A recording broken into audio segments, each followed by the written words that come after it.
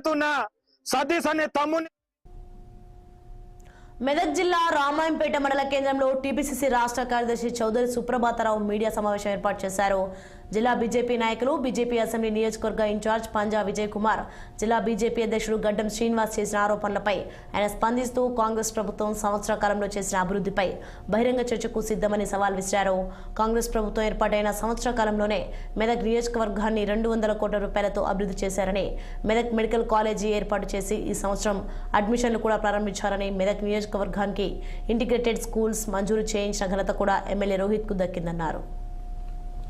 ముఖ్యంగా నిన్న Bharatiya Janata party Congress party చేసిన 6 గ్యారంటీలపై రాష్ట్ర ప్రభుత్వంపై, రాష్ట్ర ముఖ్యమంత్రిపై అనుచిత వ్యాఖ్యలు చేస్తూ 66 అవాదాలను ఛార్జ్షీట్ విడుదల చేయడం జరిగింది. దాన్ని కాంగ్రెస్ పార్టీ తరఫున తీవ్రంగా ఖండిస్తూ రాష్ట్రంలో వాగ్దానాలు ఏవైతే వాగ్దానాలు ఇచ్చినామో దాదాపు 6 వాగ్దానాల్లో 80% వాగ్దానాలను నెరవేర్చడం జరిగింది.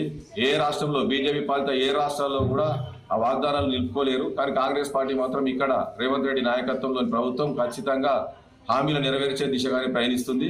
అదేవిధంగా మా నియోజకవర్గానికి వచ్చినట్టయితే నిన్న పంజా విజయ్ కుమార్ గారు, ఈ నియోజకవర్గ ఇన్ఛార్జ్, గత ఎన్నికల్లో పోటీ చేసిన అభ్యర్థి కాంగ్రెస్ పార్టీపై, స్థానిక ఎమ్మెల్యేపై విమర్శించడం జరిగింది. మేము చెప్తున్నాం ఒకటే, కాంగ్రెస్ పార్టీ వచ్చిన సంవత్సరం లోపల దాదాపు ఈ నియోజకవర్గానికి 200 కోట్ల రూపాయల నిధులు పెట్టి అభివృద్ధి చేయడం జరుగుతుంది. సీసీ రోడ్లే కానీ, గ్రామ పంచాయతీ బిల్డింగ్లే కానీ, స్కూళ్ళ టాయిలెట్సే కానీ, బోర్వెల్సే కానీ, మోటార్సే కానీ, ఇంకా మన ఈ రామాయంపేట పట్టణానికి వచ్చినట్టయితే అన్ని సంఘాల్లో కమిటీలు కానీ, దేవస్థానాల దగ్గర కమిటీలు కానీ ఏర్పాటు చేయడం జరుగుతుంది. తుమ్మూరు కోట గ్రామంలో శ్రీకృష్ణ